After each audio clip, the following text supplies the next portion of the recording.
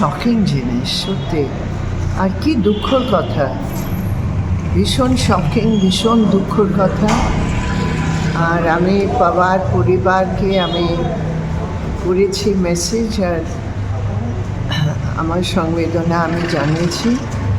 খুবই দুঃখর কথা এরকম দুর্ঘটনা হতে।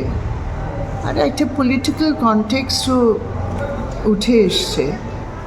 কেন অজিত পাওয়ার তো এখন যারা বলে যে অজিত পাওয়ার ওদের বিজেপি অ্যালায়েন্স ছাড়ার কথা ভাবছিলেন, সেটা আমি জানি না কতটুকু সত্যি। তো যাই হোক, পুরো পলিটিক্যাল মাহলের মধ্যে এটা খুবই খারাপ ঘটনা ঘটেছে। অবশ্যই খুবই দুঃখজনক, বেদনাদায়ক ঘটনা। কেননা অজিত পাওয়ার মহারাষ্ট্রের রাজনীতিতে অত্যন্ত একজন গুরুত্বপূর্ণ ব্যক্তিত্ব এবং মন্ত্রিসভাতেও খুবই প্রভাবশালী। তিনি উপমুখ্যমন্ত্রীদের মধ্যে একজন।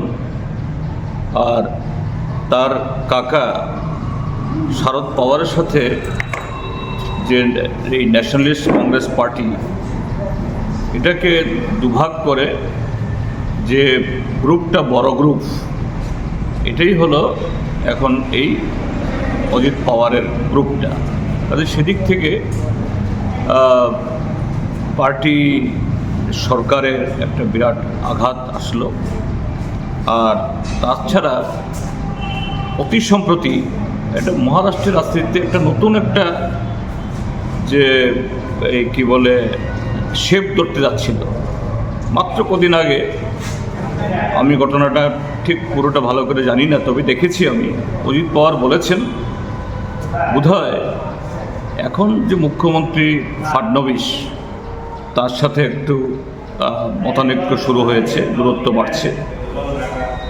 তিনি একটা জায়গায় বলেছেন তার কাকার সাথে আবার ঐক্যবদ্ধ হয়ে সেই দলে ফিরে যাবেন। তো সবটা মিলিয়ে একদিকে দুঃখজনক, বেদনাদায়ক, আরেক দিক থেকে এই সময়েতে তার অকাল মৃত্যু অনেকগুলো প্রশ্নবোধক চিহ্ন এটা উত্থাপন করে দিল। যে এটাও এর আগে জাস্টিস লয়ার অমিত শাহর বিরুদ্ধে একটা গুরুতর রায় দিতে যাচ্ছিল। সবাই এটা অনুমান করছে সেই রায়টা যদি দিত, অমিত শাহ আজকে জেলে থাকতেন। ঠিক তার আগে এই জাস্টিস লয়া খুন হয়ে গেলেন। এরকম আরও ঘটনা ঘটেছে অনেকগুলো, আমি এগুলোর নাম উল্লেখ করছি না। কাজেই এই সবগুলো ঘটনাকে প্রসঙ্গ টেনে যে এখন মিডিয়াতে এটা চর্চা হচ্ছে, রাজনীতির উচ্চ স্তরেও এটা কতটুকু তার বাস্তবতা আছে, লয় আছে আমি জানি না।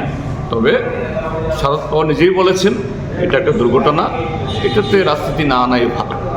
তো আমিও সে জায়গাতে বলবো যে এটা দুঃখজনক ঘটনা, এবং তার মৃত্যুতে আমিও যে তার শোক জ্ঞাপন করছি এবং তার পরিবার পরিজনদের প্রতি সমবেদনা জ্ঞাপন করছি।